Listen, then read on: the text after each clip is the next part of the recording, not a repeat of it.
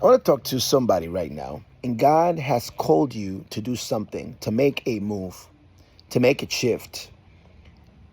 And it's probably one of the riskiest moves you've ever made. You've been praying about it. You know God told you to do it. You're wrestling with it.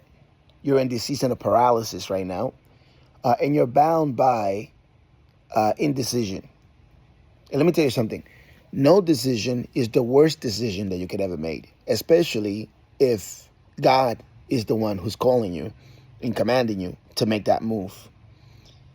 And you're not making a move because you are concerned about a few things. One, you're concerned about failing. You're concerned about leaving a place where you're safe, a place where you're making an input, you're making an impact, a place where God is using you significantly. And you know that if you make that move, if you transition, and you fail, there will be a lot of people pointing fingers at you. And you're concerned. You're concerned about failing. But you see, failure is the wound of success. And the worst failure is succeeding without being in the will of God, because eventually your whole castle will crumble down. So number one, you're concerned about making a decision because you're concerned about failing and what other people might think about your failure. Number two, right now, you are being impactful in the place that you are, and you're making a significant impact to the settings that you've been placed, whether it is in your job or running a company or even in your church, the things that you're doing. And you find it easy for you to keep making an impact where you are. But let me tell you something. I don't think that your time where you are right now has been wasted. And I don't think that you were raised up in that place for you to just be there and stay on that lid that you're on. There is more that God wants to do through you. And if you don't make the move when God called you to make it, eventually you have to make it from a place of frustration, not from a place of orchestration. And you'll find yourself more frustrated, and you'll be a little bit older in life, tired, and perhaps now pressing on to do something in a season or in a time when God called you to do it in the season before, because God was going to give you the grace for it. So number two, you feel like you're being impactful where you are, and you're afraid that you will not be able to make the same impact in the next season of your life. And the third reason why you don't want to make a move is because, above it all, you have been believing and hearing God through the voices of other people. But now is the season where God wants you to hear him directly. Let me say that again.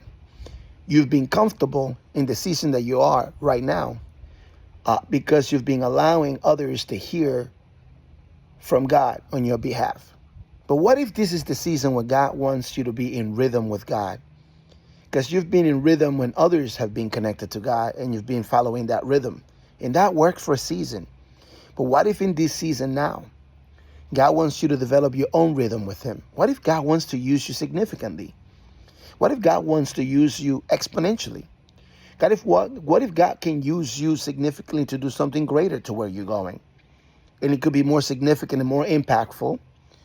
And it could actually be more legacy, forward thinking than where you are right now in this season of your life. What if God is about to do something incredible through you, but you're bound by the idea that you could not do it without the voices that you've had who spoke to God and brought it to you on their behalf? And last but not least, I think this is the most important thing. What if you go and you fail in the arms of God rather than succeeding in the arms of men? Which clap would you rather get at the end? The claps of God or the claps of men? Maybe the reason why you're not making a move is because you love the claps, the affirmation, the title, the validation, the ascension, and the significance that what you're doing today is giving you. And God is saying maybe you've been too coveting of men's affirmation when the only claps that you need back is from the Lord. When he says, well done, thy good and faithful servant. You are faithful in the little, and now I can entrust you with much. So take a bold step of faith, step out of your comfort zone, and go out to that place where God is sending you, because that is where your gifting is going to be significantly utilized, and God is going to be with you. He's not going to leave you, nor forsake you. God is going to orchestrate it all up for you. It won't be easy, but in God, all things are possible, and you will flourish and leave a legacy to the next generation, significantly more than what you could do right now, bound and shackled by indecision. God bless you. Pastor Franklin. Share this video, and let's be friends.